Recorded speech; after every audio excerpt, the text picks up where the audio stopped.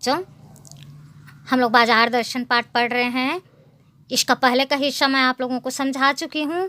चलिए आगे देखते हैं। इससे मन बंद नहीं रह सकता।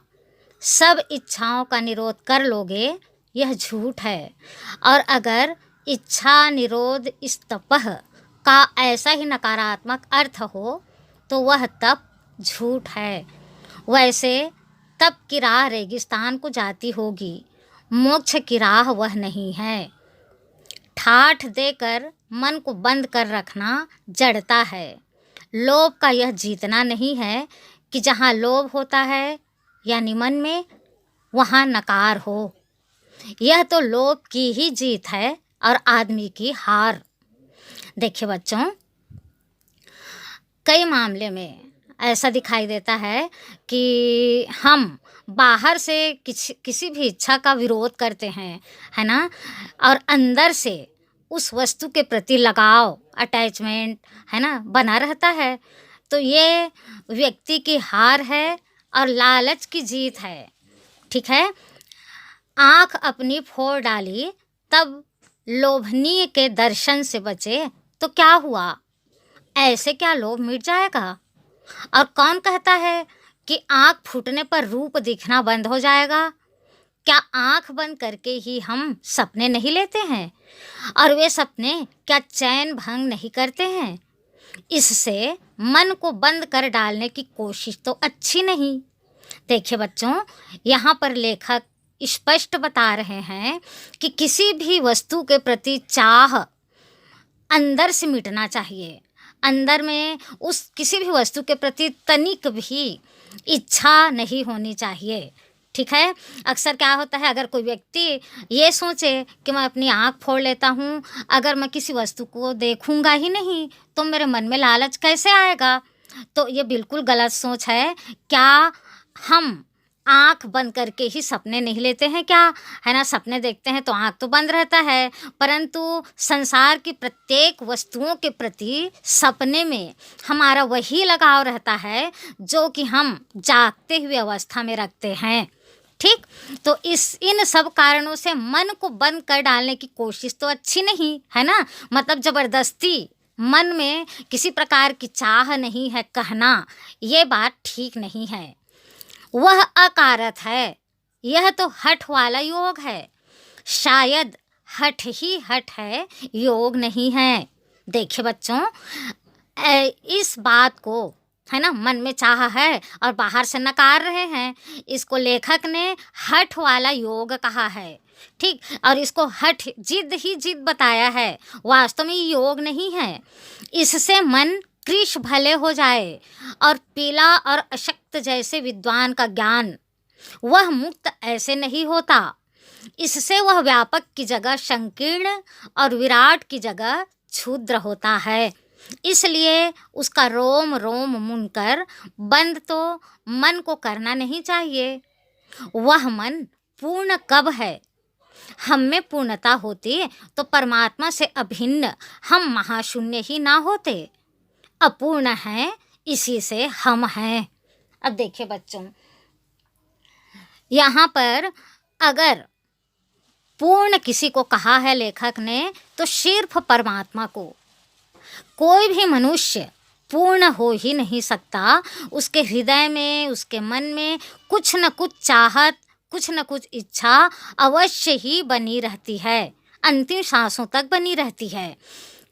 सच्चा कर्म सदा इस अपूर्णता की स्वीकृति के साथ होता है। अतः उपाय कोई वही हो सकता है जो बलात् मन को रोकने को ना कहे, जो मन को भी इसलिए सुने क्योंकि वह अप्रयोजनीय रूप में हमें नहीं प्राप्त हुआ है। हाँ, मनमानेपन की छूट मन को ना हो क्योंकि वह अखिल का अंग है, खुद कुल नहीं है। देखिए, यहाँ पर लेखक का ये कहना है कि मन को बंद नहीं करना चाहिए, लेकिन मन को मनमानी करने की छूट नहीं देनी चाहिए। अर्थात मन पर हमारा नियंत्रण होना चाहिए, है ना? मन में चाह तो उठेगी ही, इच्छा होगी, निर्मित होगी ही, तो हमारा ये कर्तव्य बनता है कि हम अपनी विवेकशील बुद्धि से अपने मन को नियंत्रित करें। पड़ोस में एक महानुभाव रहते हैं जिनको लोग भगत जी कहते हैं, चूरन बेचते हैं। यह काम करते जाने उन्हें कितने बरस हो गए हैं, लेकिन किसी एक भी दिन चूरन से उन्होंने 6 आने पैसे से ज़्यादा नहीं कमाए। चूरन उनका आस-पास सरनाम है।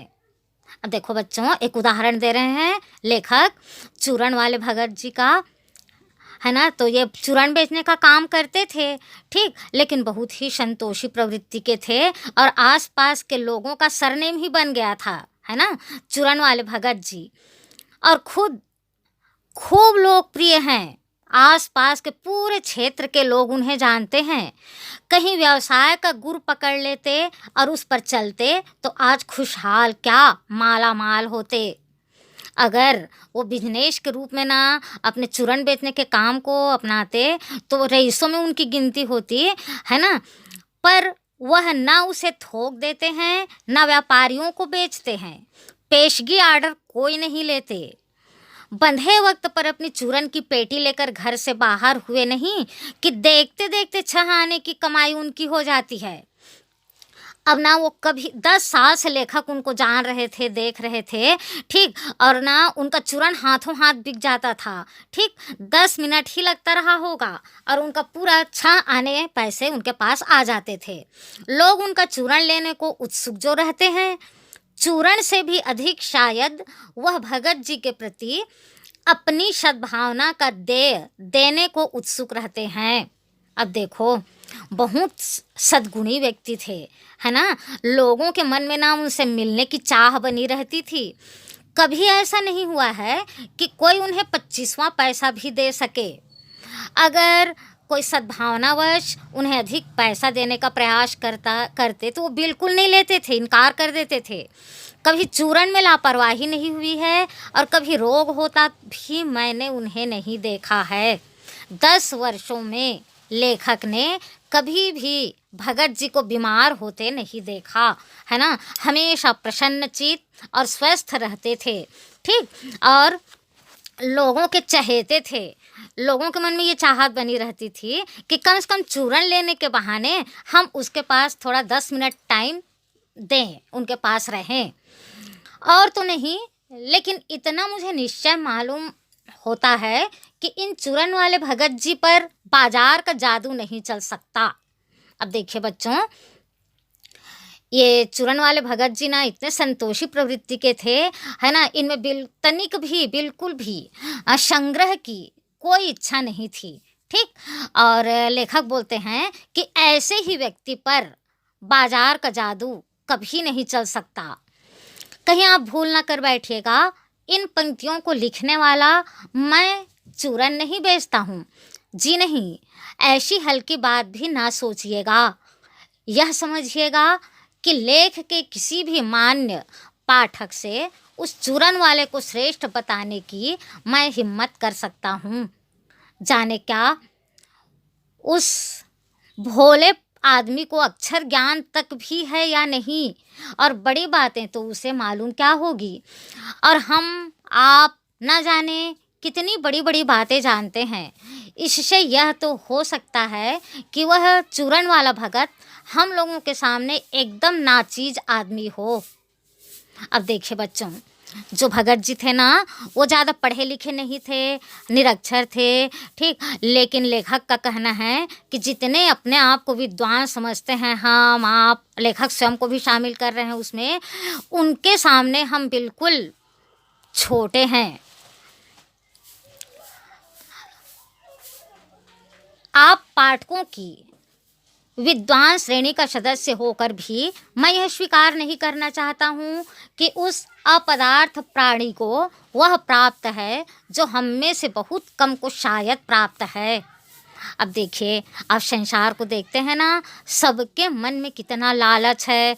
सुबह से इंसान निकलता है, रात तक पैसे के लिए हाय हाय करते रहता है। कितना भी पैसा मिले, कितना भी अमीर वर्ग की श्रेणी में उसकी गिनती हो, किंतु उसके मन में और की चाहत बनी ही रहती है। उस पर बाजार का जादू वार नहीं कर पाता। और भगत जी तो इतने संतोषी व्यक्ति हैं कि उनके ऊपर पैसा भी उनके मन को नहीं डिगा सकता, तो फिर बाजार का जादू कैसे चल सकता है उनके ऊपर। माल बिछा रहता है और उसका मन अडिग रहता है। पैसा उससे आगे होकर भीख तक मांगता है कि मुझे लो, लेकिन उसके मन में पैसे पर दया नहीं समाती। वह निर्मम व्यक्ति पैसे को अपने आहत गर्व में बिलकता ही छोड़ देता है ना। देखिए, पढ़ के ही पता चल रहा है ना। ऐसे इंसान तो बहुत ही कम दिखाई देते हैं, ठीक, जिनको पैसे पर भी दया ना आती हो। ऐसे आदमी के आगे क्या पैसे को व्यंग शक्ति कुछ भी चलती होगी? क्या वह शक्ति कुंठित रहकर सलज्ज ही ना हो जाती होगी? अब ऐसे व्यक्ति के सामने पैसे की व्यंग शक्ति भी लज्जित हो जाती है। पैसे की व्यंग शक्ति को सुनिए, वह दारुण है। अब व्यंग शक्ति क्या है उसको लेखक समझाते हुए बता रहे हैं। मैं पैदल चल रहा हूँ कि पास ही धूल उड़ाती निकल गई मोटर। वह क्या निकली, मेरे कलेजे को कौंती एक कठिन व्यंग की लीक ही आर से पार हो गई। जैसे किसी ने आँखों में उंगली देकर दिखा दिया हो कि देखो, उसका नाम है मोटर और तुम उससे वंचित हो। यह मुझे अपनी ऐसी विडंबना मालूम होती है कि बस पूछिए नहीं।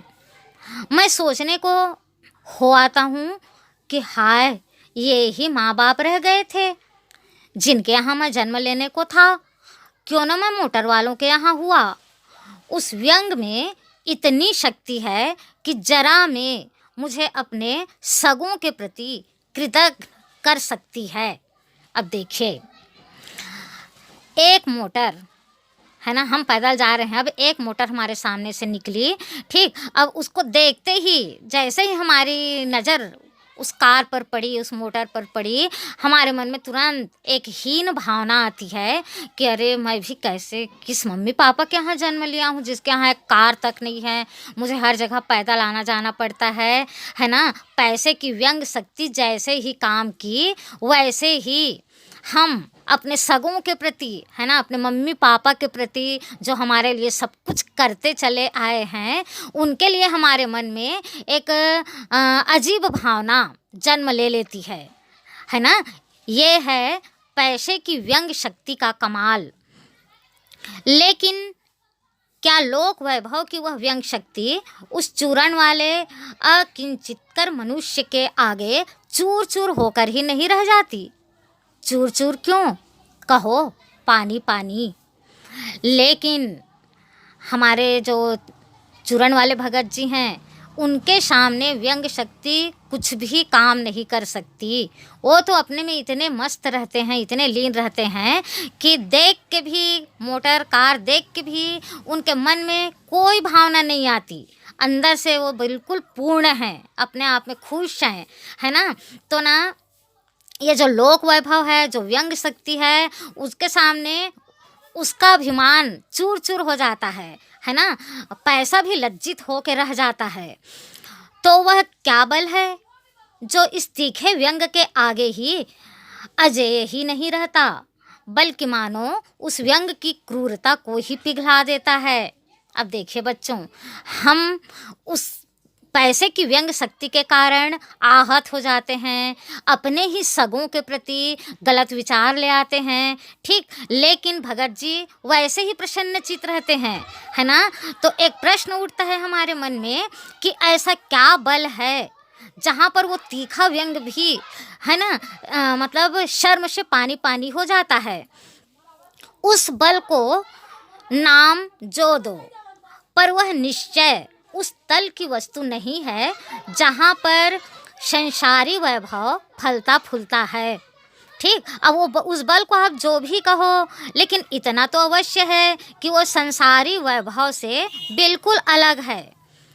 वह कुछ अपर जाति का तत्व है।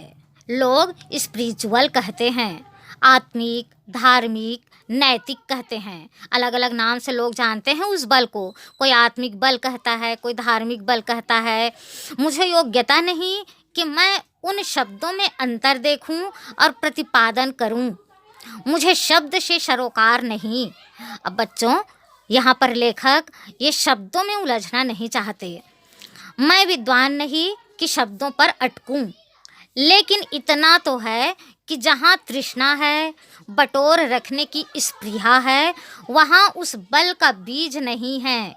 देखिए, जहाँ पर वो आत्मिक बल है, वहाँ पर कोई इच्छा नहीं है ना? संग्रह करने की भी कोई लालसा नहीं है। ठीक, बल्कि यदि उसी बल को सच्चा बल मानकर बात की जाए तो कहना होगा कि संचय की तृष्णा और वैभव की चाह में व्यक्ति की निर्बलता ही प्रमाणित होती है। निर्बल ही धन की ओर झुकता है, वह अबलता है। वह मनुष्य पर धन की और चेतन पर जड़ की विजय है। अब देखो बच्चों, जो कोई भी मनुष्य धन दौलत और वैभव के पीछे है ना अपना अमूल्य समय मात्र उसी में लगाया रहता है, ठीक, तो ना वो जितना उसको धन मिलता है उसको अंदर से और निर्बल करता है ना? भले ही बाहर से उसको शारीरिक सुख प्राप्त हो, लेकिन अंदर से वह निर्बल होते जाता है ना? इसीलिए तो ऐसा होता है ना, कई बार आप लोग न्यूज़पेपर में पढ़ते हो, है ना, टीवी में देखते हो, पढ़ते हैं ना हम लोग कि किसी की मतलब किसी के बैंक अकाउंट से उसका लाखों रुपया किसी ने ठगी करके हड़प लिया, ठीक, या गबन कर लिया। तो ये मैसेज पढ़ते ही अचानक उसको तेज सदमा लगता है ना? और वह मिनटों में ही संसार छोड़ के चला जाता है। ऐसा क्यों होता है? क्योंकि ये सांसारिक धन, वैभव, रुपये, पैसे ये मनुष्य को अंदर से कमज़ोर बनाते हैं, भले ही उसको बाहरी सुख प्रदान करते हैं। इसीलिए लेखक ने कहा है, देखिए, वह मनुष्य पर धन की और चेतन पर जड़ की विजय है। एक बार चूरन वाले भगत जी बाजार चौक में दिख गए। अचानक लेखक की मुलाकात है ना चूरन वाले भगत जी से हुई बाजार में। मुझे देखते ही उन्होंने जय जय राम किया। अभिवादन हुआ दोनों के बीच। मैंने भी जय राम कहा। उनकी आंखें बंद नहीं थी और न उस समय वह बाजार को किसी भांति कोस रहे मालूम होते थे। राह में बहुत लोग, बहुत बालक मिले जो भगत जी द्वारा पहचाने जाने के इच्छुक थे। भगत जी ने सबको ही हंसकर पहचाना। छोटे छोटे बच्चे है ना जो बिल्कुल हिले मिले थे भगत जी से, जानबूझ के अभिवादन कर रहे थे, बात कर रहे थे, है ना। उन्होंने सबसे हंस के बात किया, सबको पहचानता हूँ करके बोले, मुस्कुराए, किसी का नाम लेके पुकारे, सबका अभिवादन लिया और सबको अभिवादन किया। इससे तनिक भी यह नहीं कहा जा सकेगा कि चौक बाजार में होकर उनकी आंखें किसी से भी कम खुली थी। मतलब एक एक व्यक्ति के ऊपर उनकी नज़र थी, मतलब आंखें खुली थी, वो प्रत्येक वस्तु को देख रहे थे। लेकिन भौचक्के हो रहने की लाचारी उन्हें नहीं थी। लेकिन बाजार की एक एक चीज़ों को ललचाई नज़र से नहीं देख रहे थे।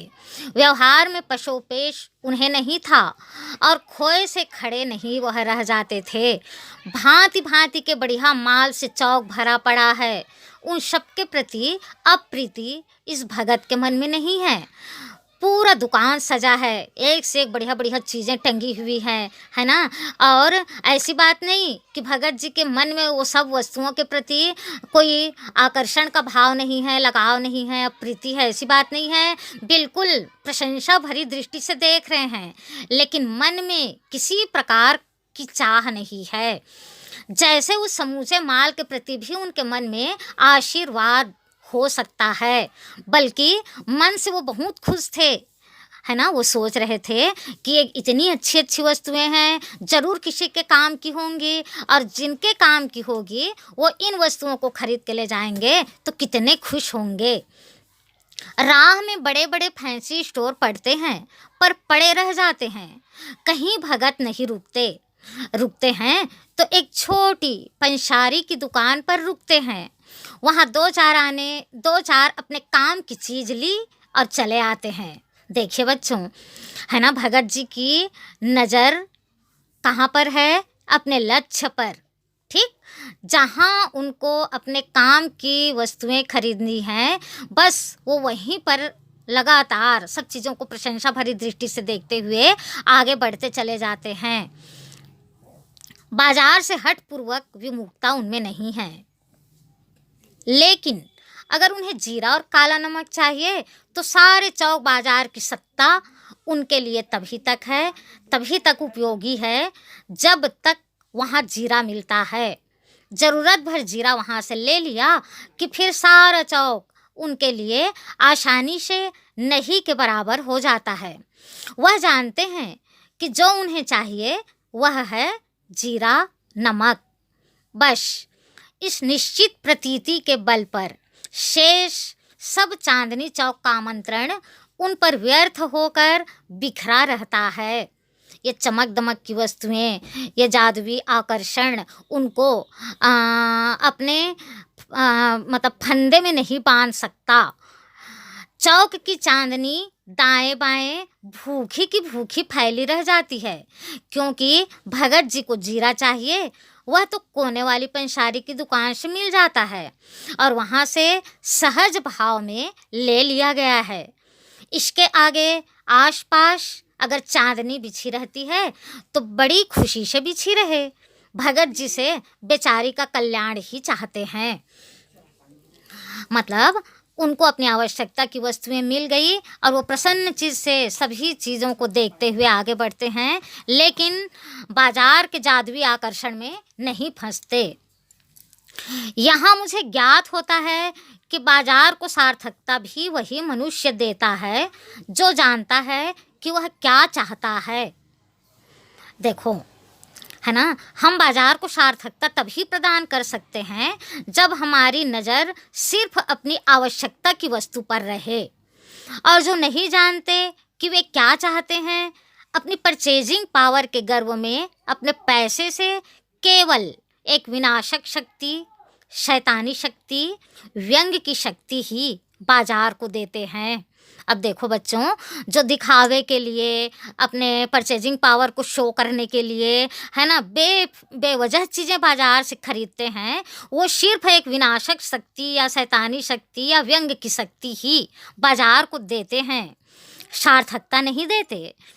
ना तो वे बाजार से लाभ उठा सकते हैं, ना उस बाजार को सच्चा लाभ दे सकते हैं।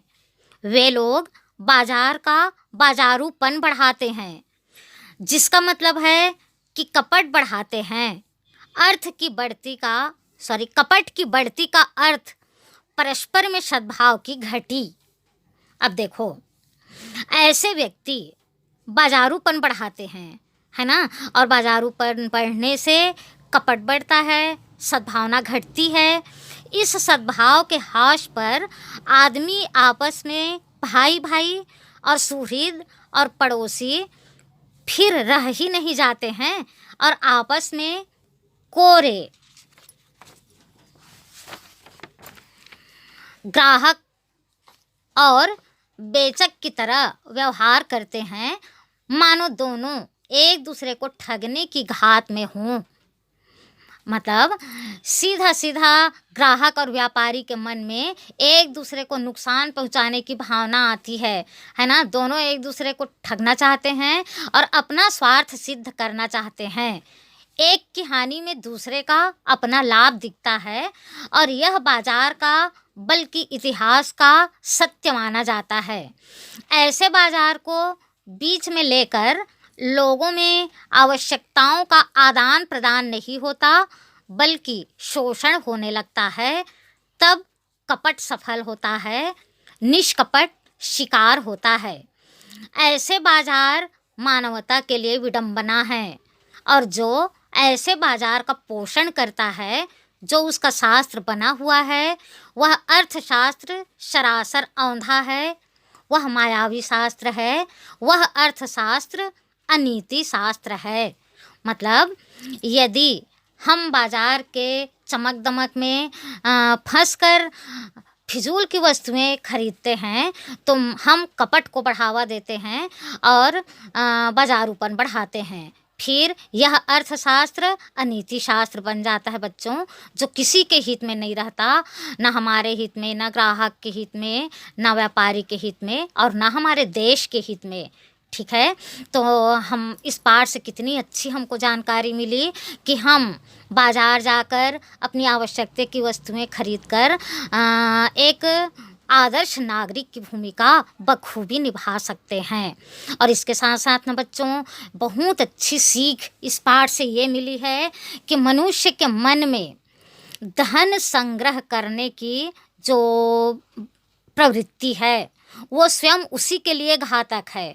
ठीक है, जो आवश्यकता की वस्तुएं हैं, वही बस उसी बस को अपना लक्ष्य मानते हुए हमको प्रसन्न चित्त होकर अपना जीवन बिताना चाहिए। ठीक है, और यथासंभव दूसरों की मदद भी करनी चाहिए। ठीक है बच्चों, और ना अब हमारा पाठ समाप्त हो गया। तो अगर आपको किसी प्रकार का कुछ डाउट हो तो कमेंट्स अवश्य कीजिए। ठीक है, और चैनल को सब्सक्राइब कीजिए ताकि मेरा हर वीडियो आप तक पहुंच सके। धन्यवाद।